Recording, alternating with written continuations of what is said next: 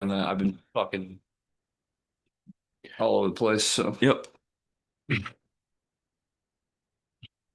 Hey, everybody, welcome back to the Complete Game Podcast. I'm your host, Kurt Schilling, along with my son, Garrick Schilling. What's What- going on, buddy? what's going on, everybody? Welcome back. Happy Father's Day, Dad. Thank you, my friend. Well, you want to brief everybody on what the show's going to be about today? I was gonna say it just happened as I was coming over here.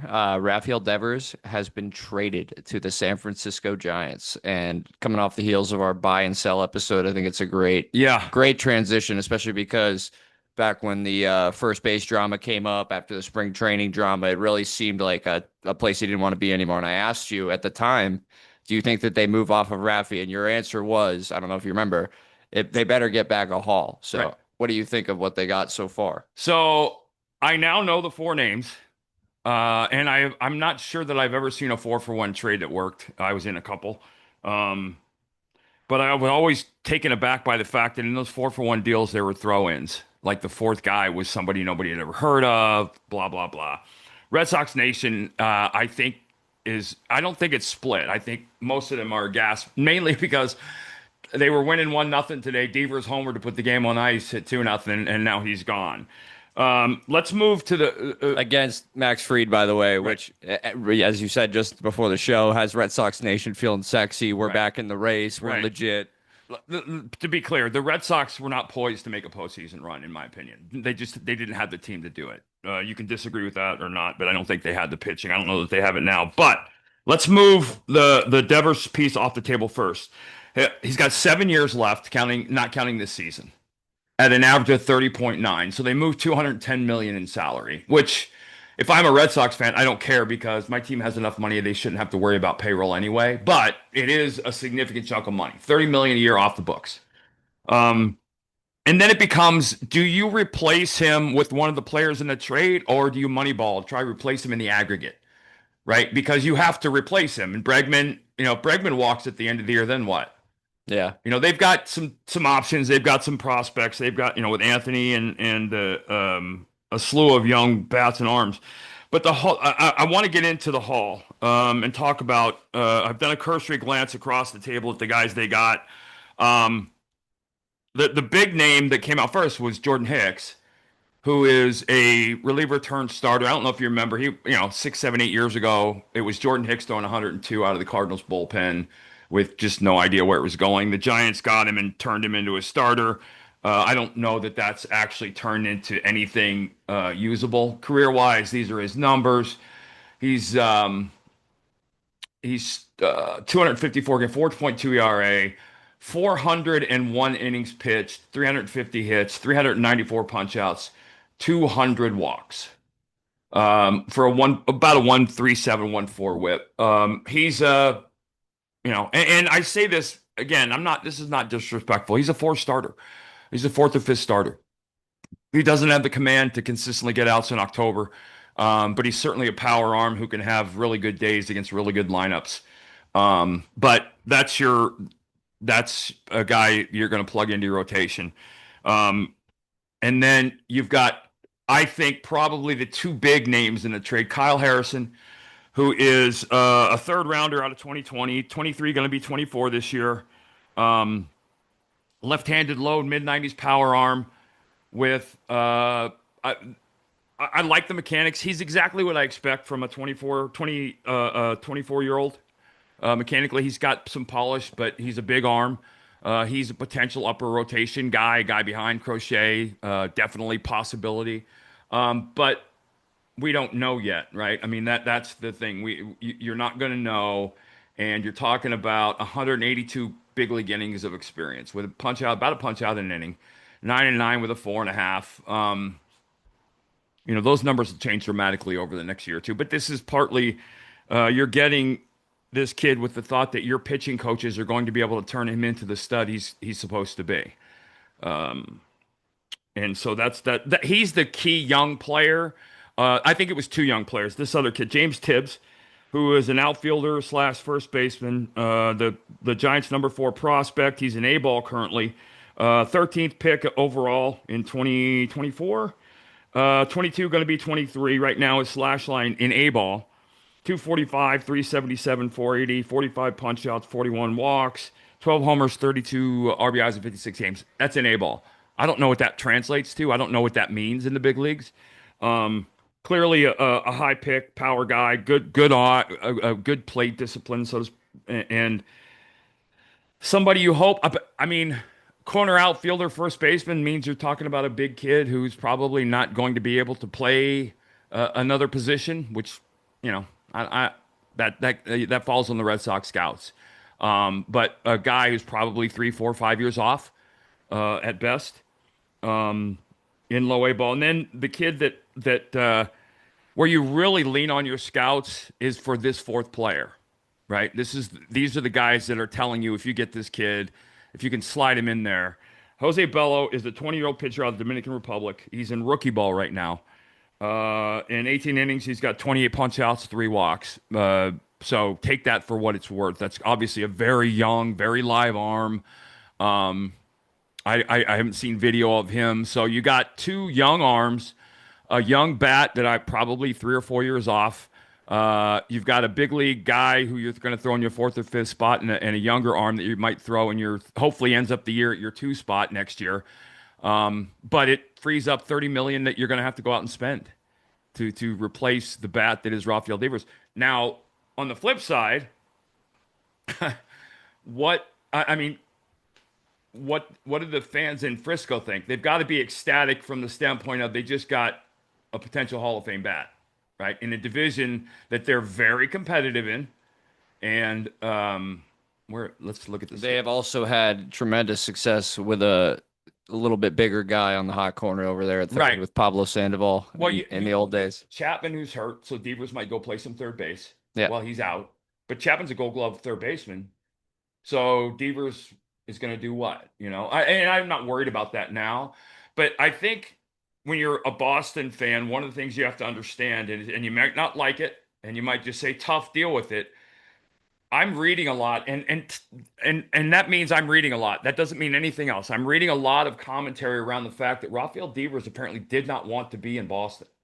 That was the vibe from spring training if you were following Well, the yeah, entire story. because of how mishandled the Bregman thing was, right? That's what I mean. Like I say, Rafi didn't want to be there. I don't put that entirely on him because it was apparently a little bit BS how it was handled. From the Oh, move off of handled wrong. the move off of Went out third and to got yeah Alex Bregman with the thought that, hey, we'll put Rafi at first or DH without talking to him. at all. And And he is your franchise. you just signed him to a 10-year deal. And you don't have to, this is not like Aaron Rodgers, like, hey, Aaron, we're thinking about going and trading for a receiver. What do you think? You don't do that. But do you realize this would have never been a story if they had sat him down and said, hey, listen, this is what we're thinking about doing. We want to go get this guy because then we can put you at first, which is much less taxing on you physically, and we can DH you and save your legs and you can play longer, but whatever, to sugarcoat it, as opposed to, oh, hey, Alex is coming. Will you move? And then in the apology for mishandling the Bregman thing, they said, we will absolutely not ask you to put on a glove Right. again. You're our DH. Right. We won't ask any more of you. Just be the bat we pay you Right. to be. Which it And took then a while. It was people were like, oh my God, he can never hit again. and he struggled. I was gonna say he struggled What he punched out mightily. 14 of his first 15 at bats or something. Yeah, he was Well, awful to and begin God with. bless him. And I'll take my cue from David Ortiz, who said, and was probably the best DH I ever saw, along with Edgar Martinez. It's hard. It's a hard job to do. And when you're a young player, it's even harder to do. He clearly made the adjustment and was raking. Like I said, he hit a home run today. He's going to have a Rafael Devers type season. The Giants are a game out. Yeah, so that was gonna. The Giants are a game back of the Dodgers in the NL West, 8-2 in their last 10, and a game and a half up in the second wild card spot. If the playoffs started today, though, they have the third least runs scored of any team that would make the playoffs, Right. including San Diego and Toronto. Toronto, who neither of us had. San Diego, we both had as a wild card Right. team. Does Rafael Devers, do you think, put this team into at least a wild card I spot? think you have to start talking about them about more than that, because uh, so let's go to October. Logan Webb starts game one for you, right? Robbie Ray starts game two. Do you lean on Roop or Verlander for game three? I mean, this is putting a lot of pressure on Verlander now, right? Yeah. He's starting to come back and throw well. which I don't have a problem with that. But Hicks had 9 starts, 40. I mean, he was sporting almost a 70 RA. So you're not, Harrison is the big move here in the sense he had 4 starts. He was probably moving into that rotation in Hicks's spot, yada yada. But in the playoffs, you want to bring it down to 3. You got Webb, you got Ray, and you pick from the third guy, Yeah. be it a Verlander, or Roop, or whatever. Um, but it addresses your biggest concern, which is what you just said. Offensively, without Chapman and with Adams, what is he? Adams hitting 202. I don't think he's going to end the year hitting 202, Yeah. right? And so, Ramos is having a good year. Lee is okay. Yeah, Flores is kind of shocking people, but Chapman still leads the team in home runs, and he's been out a while. Um, and I'm looking down the lineup. I got to feel good about what I just did. My pitching didn't suffer. The only, To make my batting right, look better. right. And so offensively, I've done the things I needed to do. I mean, what did I tell you? We were talking about this, the trade deadline. Somebody comes out of nowhere and makes a deal, and it's Yeah. nobody anybody's talking about. Long, usually not this long before the Well, deadline too. I don't. but if you're going to make the deal and get Devers's bat, you want it in every game you can possibly have it in, right? That's what I love that they did it while they're hot. Like I said, they're 8-2 in their last 10, and it's a great point too by you. Like I asked, I'm kind of still selling them short. Do you think that solidifies them as a wild card contender? They're only a game back of the Dodgers, Right. who are still leading most major offensive and defensive statistical categories But, throughout but, the MLB. but the So, thing I look at, right? Look at the runs scored. The Dodgers had 89 more runs oh scored, yeah, yeah, yeah. but the Giants have given up 70 fewer runs. 80, yeah, 80 more runs scored, Right. but they have one more game in the standings. Right. That's a huge, Right. huge deal. Right. And so what I'm thinking, again, this is to me, here's the other thing. You're getting the bat 6 weeks before the deadline is over. So you're getting him for max bats. You have him for the next 7 years. You didn't give up anybody. You gave up your number 4 prospect who was a corner position player, who's an A ball. Yeah, I mean, again, you're trusting your scouts that they drafted smart and he's going to be a good player. But, what is he going to turn into Freddie Freeman? I don't think so. And maybe he will. But the only guy who could possibly blow this deal, and I don't think anybody can blow the deal for the Giants in the sense that Devers is going to be Devers. He's going to hit. He's going to have a Hall of Fame level career. But you got a guy who I don't want to say is selfish because I don't think that's the right word. I don't think he is either. No, I don't think he is. But if he's got to make a choice between his best interest and the team's best interest, I think he thinks whatever is in my best interest is in the team's best interest, right? Like if you move me, I'm not going to be as good of a player. I disagree. I think he's a Hall of Fame level hitter. Which I mean, to his credit and to that point, like he wasn't at the beginning of this Right. year. So like I agree. I think that in the short term, like his mindset is probably right, because Right. like he's uncomfortable. He knows he's that type of guy where he's not as easily like there's a recent example of and I'm blanking on it right now, but someone having to switch and being like, "Oh yeah, no problem, not a problem at all." Right. No, But that's just the type of right. mentality Right. thing where clearly Raffy doesn't have that type Right. of brain chemistry. And he's younger, and that's something maybe he adjusts to as he Yeah. goes on. But I again, the Giants out of nowhere. I think what this does for me is it causes, for every action there's an equal and opposite reaction. That's not always true at the deadline, but I agree that there is. I think the Padres are like, oh crap, that's not going to help, and because they're all seeing him multiple times between now and the end of the year. But I think it legitimately, definitely gives the Giants and let's be clear, I loved playing in San Francisco because they were like Yankee fans. They really didn't like me, but they're great fans. Smart East Coast hardcore mentality, loud, I fill the was park. I was just gonna say also like we're pretty quick to denigrate some of the poorer franchises in terms of like how the Giants are a class Yeah, like I've a always newer hated them. class of franchise amongst the MLB Right, where they're not in the Yankees and Red Sox of old, but they are, especially over the last 25 years, one of the yeah. classiest and like you're saying, strike while the iron's hot. Like this window Well, has opened for them seemingly out of nowhere, I'm and they I'm are going to like, mention let's that. go for it, Raffy Devers. Right, but think about this is another thing that fans don't think of. Rafael Devers today being traded gets you more or less than a month from now. Do you have to give up more a month from now? Yes. Yeah, Closer, probably. it's the Yeah. closer to the More deadline. demand. Yeah. Right, right. And so that's when plays, that's you'll Other see. teams are sneaking around asking about Yep. them. Yeah. Yep. And they pulled the trigger now because it might have been three top prospects a month from now. Price wasn't going down, is what I'm trying to Yeah. say. And that, as you look across the sport, don't be surprised to see this happen again. It's rare, um, but it can and does happen. I expect the Marlins, and that's why you'll see a team holdout like Alcantara for the Marlins. They might have deal. I'm sure they have deals on the table. Absolutely, you know they do. But their in their mind is the price is just going to go up each day. Now, what happens is you get left holding the bag at the end and don't make a deal when you could have had a monster deal before. I don't know how I feel as a Red Sox fan. If I'm being realistic, like I said, I don't think for a second that the Red Sox were pushing for a World Series this year. I really don't. I just and that to me felt like it was more the pitching than anything. Um, I don't know what that looks like going in. I mean, offensively, where were they? They're 300. People thought their rotation was going to be like sleeper good going into the Yeah, year. I mean their That was the rotation talk. is they have some good young arms. It's Garrett Crochet though right Right, now. right, and that's That's the your whole that's your show. one game playing guy. Yeah. And who starts your play?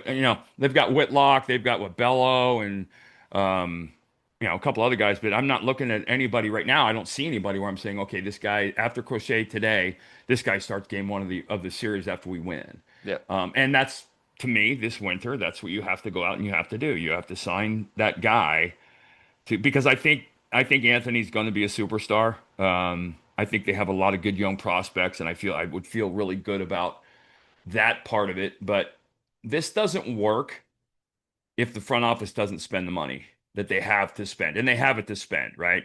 You've got well, Marcelo Mayer too. He's in the big leagues. Those two, I think they're both going to be legitimate studs.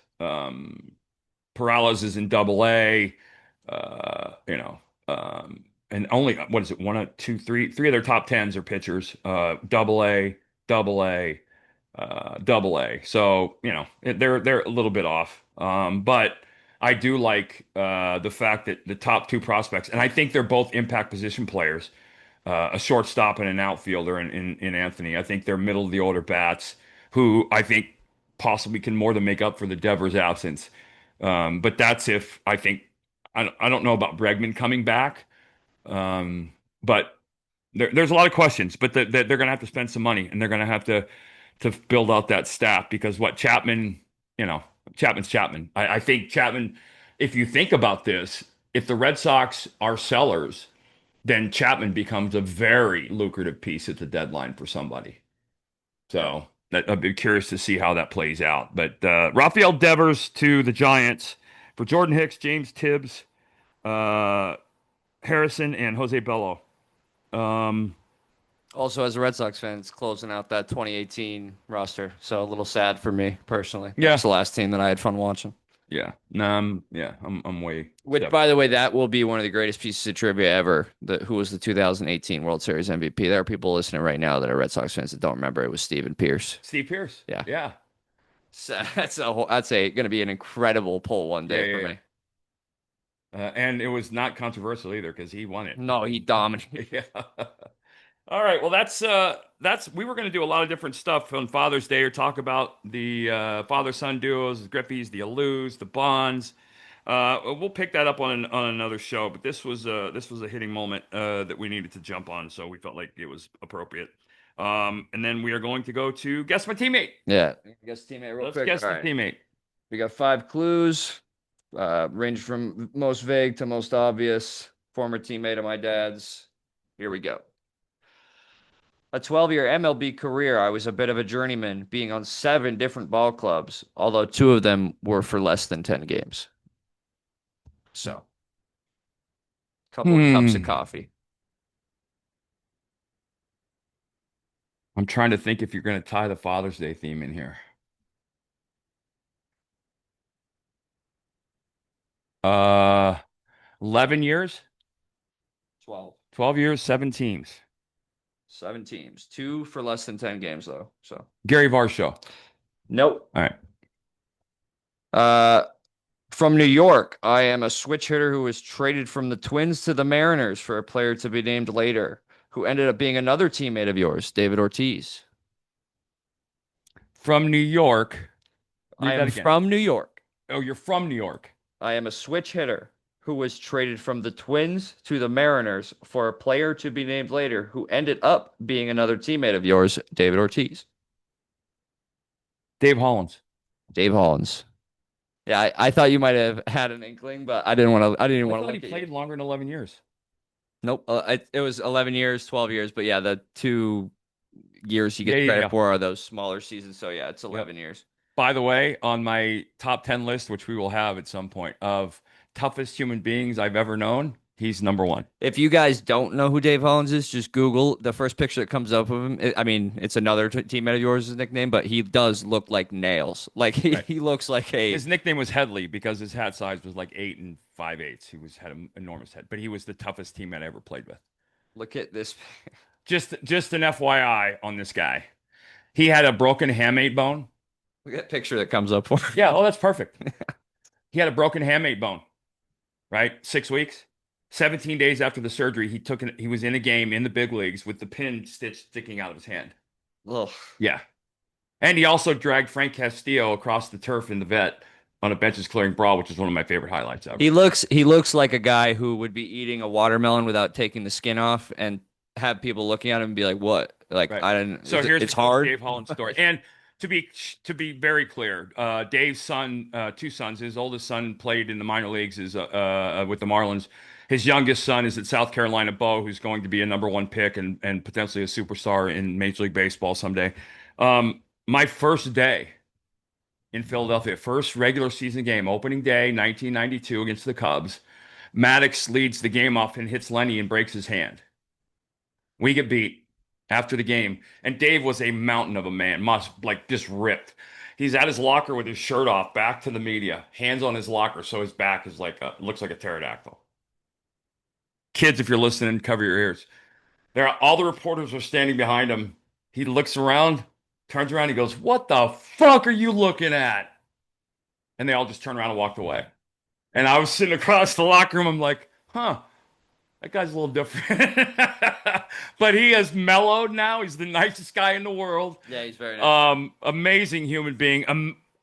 One of, I don't ever conflate baseball to war or anything, but if I had to go into the trenches, the one teammate of my entire life who I would want by my side before anybody else, one would be Darren, two, or David, and two would be Darren Dalton. So, all right, guys, we're off. Happy Father's Day to all you fathers out there. We will catch you on Tuesday. Take care, guys. Thanks for listening.